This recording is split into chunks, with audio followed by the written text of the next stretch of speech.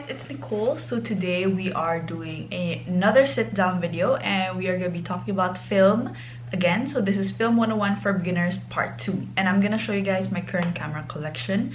So my last film video had so much like questions and lots of like people were like asking a lot of things and like I couldn't answer most of them just like with a simple reply, so I decided to do another sit down video to talk all about film. So I have all the questions here on my phone and we're just gonna go through them. It's just a few, but I'm gonna try to go through them as fast as I can. But before that, I'm gonna show you guys my current camera collection because I've sold I think 2 cameras since my last film video, so we're just gonna go through the collection I have now. So this is my Nikon F2, which was given to me by my grandfather. And then this is my Nikon Zoom 400 AF, which was also given to me by my grandfather. It's just a simple point and shoot camera. And then this one is my Kodak M35, which was given to me by my uncle. And if you guys watched my last film video, you guys know I'm not such a big fan of this camera, so I wouldn't recommend you guys to get it. I would recommend you guys to just get a cheap point and shoot such as this one or Pentax SPO series. And then I have a simple use film camera right now. My friend gave this to me for Christmas. It's just a disposable camera with like fun colors for the flash, so it's just super fun to use and I'm excited to see the photos that's gonna come out of this. But after this, it's just a throwaway, so this is not staying in my collection for long. I recently got this one. This was given to me for Christmas. This is the Contax TVS, which is my most expensive camera I think in my collection. This is how it looks. Titanium body, very nice. I have a roll actually inside right now. This is my second roll with this camera, and my only complaint with this camera is it's super, like, not super, but it's heavy and like big to bring around. But other than that, like, the lens is so sharp. It's so good. And then this is the last camera I'm showing you guys because this is the latest one in my collection. I recently picked this up. This is from Film Roll PH on Instagram.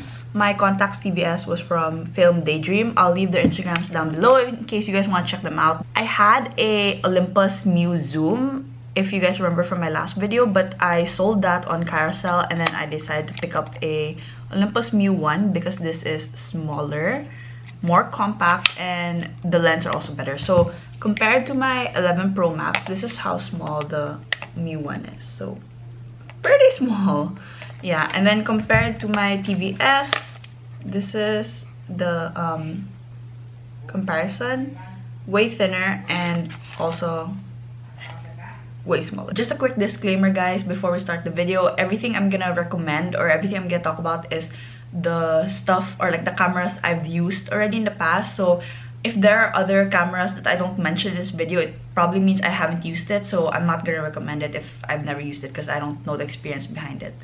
So yeah, let's start.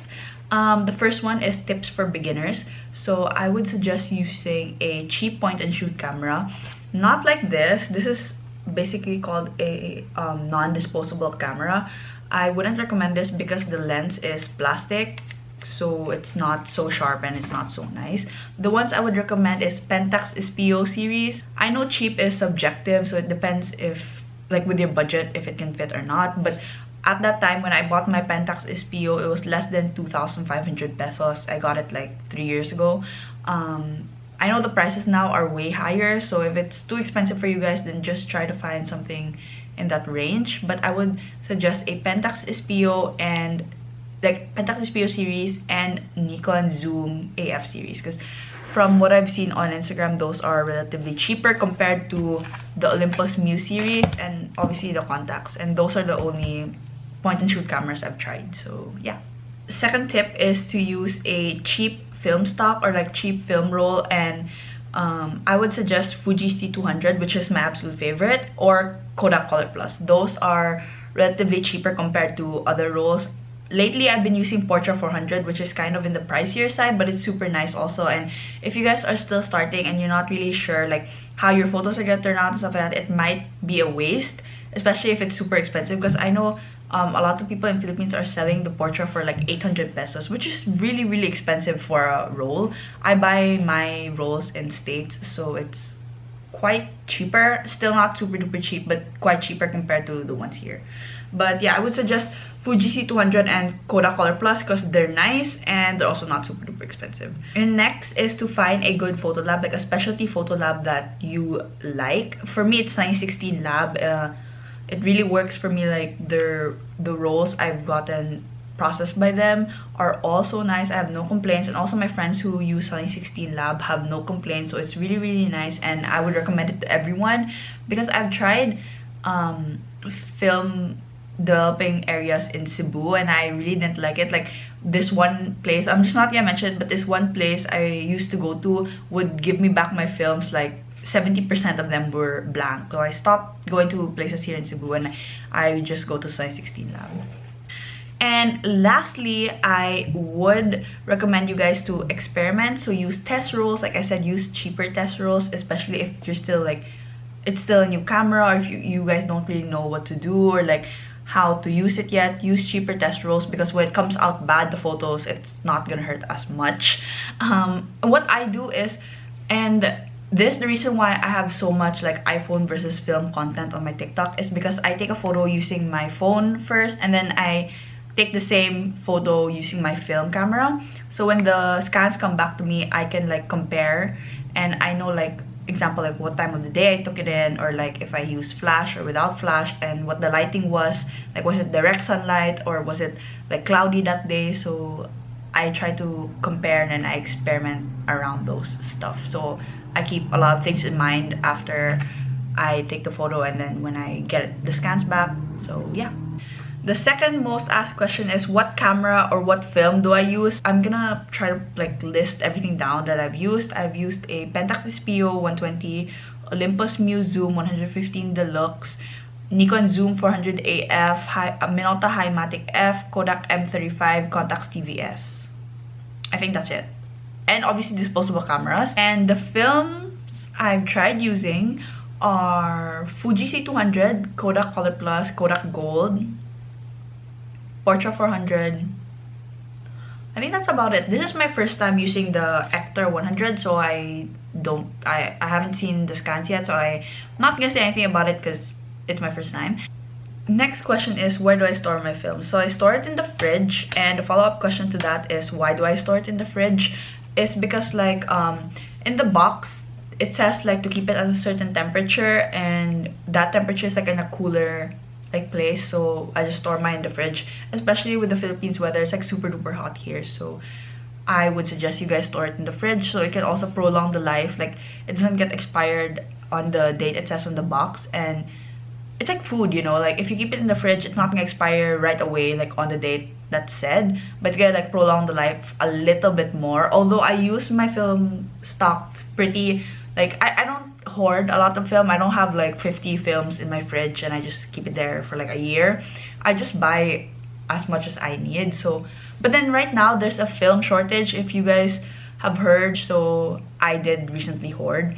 I have like 15 or like 20 films coming in and I'm just gonna keep them in my fridge, and I made sure the expiry date is 2023 or 2024, so I can still use it up to like, you know, 2 years from now or like 1 year from now. So the next question is, where do I usually get my film scanned and processed? And like I said earlier, 2016 Lab is the one that works for me. So most of the photos you guys are gonna see from my Instagram account, or my the photos that I'm gonna be putting up in this video, or the photos I put up on my TikTok, and the photos that were flashed in my last film video were all scanned and processed by 2016 Lab. So I highly recommend you check them out, and they are 250 pesos per roll, but I usually do rush, so I pay 500 pesos. The fifth question is, how do you figure out what you did wrong if a picture doesn't turn out right? So I forgot how people phrase this question, but I kind of simplified it to this question. And what I usually do is, like I said earlier, the reason why I have so much iPhone versus film content is because I take the photo first using my phone, and then I take it using my camera. So once I get the scans back, I can compare and I can see like the timestamp, because the iPhone has a timestamp of the photo. So once I see that timestamp, I know what time of the day it was, what the lighting was it like backlight or was it direct sunlight and stuff like that. So I try to keep those in mind, because sometimes if it's usually backlight is nice. Usually if it's against, then it's like it looks overexposed and stuff like that. So those are just things you have to keep in mind. I also keep in mind if I used flash, if I didn't use flash, because usually if I don't use flash, sometimes my photos turn out blurry. I think it's because I always move my hands, so that's just something to keep in mind. And yeah, that's about it. That's what I would really recommend is take a photo on your phone and then shoot it using the film camera, so you guys would know what time of day it was, what the lighting was like. Was it sunny? Was it cloudy? Was it raining that day? The next question is, where do I usually buy my cameras? So I've tried 3 Instagram shops. I bought 1 camera from each shop. So C41 Club, Film Daydream, and filmroll.ph. I'm gonna put their Instagrams here so you guys can go check them out.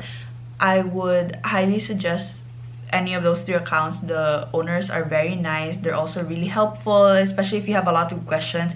Even though like I've been shooting film for quite a while, I think I've been shooting it for around 3 years, I still have some questions, and they're very polite in like answering all of them, and like they don't get annoyed easily, especially if you have so much questions, because I know like film is kind of confusing to get into, so you want to ask somebody who knows what they're talking about and who knows what they're doing. So if you guys have questions, then you can ask them if you plan to buy from them, obviously. I've also tried buying from Facebook groups. I think it's called Lomo Marketplace Manila or Lomo Manila Marketplace. I don't remember, but I'm gonna put it on the screen also. And then I've never bought from Carousel, but I've sold 2 of my cameras from Carousel, so also be sure to check it out. So the next question is, do you use flash all the time? And also a follow-up question was, when is the best time to use flash? So I only use flash 2 times. Number 1, if I am indoors and it's super dark lit, or there are no like direct lights at the subject I'm shooting, then I would use a flash. And if I'm shooting outdoors and it's already after sunset, I use a flash.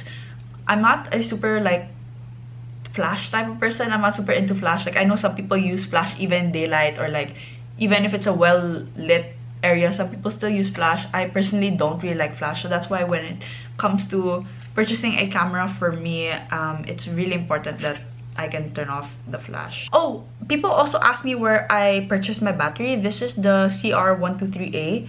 I'm gonna leave links below. It's not focusing, but I'm gonna leave links down below for film stock and batteries and all the accounts I purchased from and stuff like that. So yes, just be sure to check the description box because I'm gonna leave all the links down there. Okay, last question is, this was asked so often, and I really hate answering the question, but are there any apps that look like film, or like apps they should download, or filters they should download that look like film? And my answer is no. It's really not the same. You're shooting for the experience. You're not just shooting for the aftermath or the aesthetic of the photo. Obviously you are, but then for me, I'm shooting for the experience and like how fun it is, not knowing like what the photos are, or like, well, you have to wait for your film to come back to you and you don't really know what you're gonna get back because you don't remember what you shot anymore. That's the whole experience of film, and I feel like you guys shouldn't shortcut it by downloading an app or downloading a filter that looks like film. So that's just my say on it, on people who asked if there are apps or filters they should download. So yeah, that's about it. If you guys have any questions, don't hesitate to comment down below, or you can message me on my socials. I have Instagram and I have TikTok, which will also be linked down below, and I usually post film content on my TikTok. I think that's about it. I tried to answer like most of the frequently asked questions, so if you guys have questions that weren't answered here, then you guys can just let me know and I'll try my best to answer it. I hope you guys learned a thing or two about this video, because every time I talk about film, when I like rewatch my videos or listen to myself, I'm like, get a hold of yourself, like your brain's all over the place, your like topics are everywhere, it's just scrambled around. So please bear with me guys, I get too excited when I talk about it. So if you guys didn't understand anything, just let me know down below and I'll try to explain it like as easy as I can, or the best way I can. I'll see you guys in my next video. Bye! Just another sunny day in Southern California.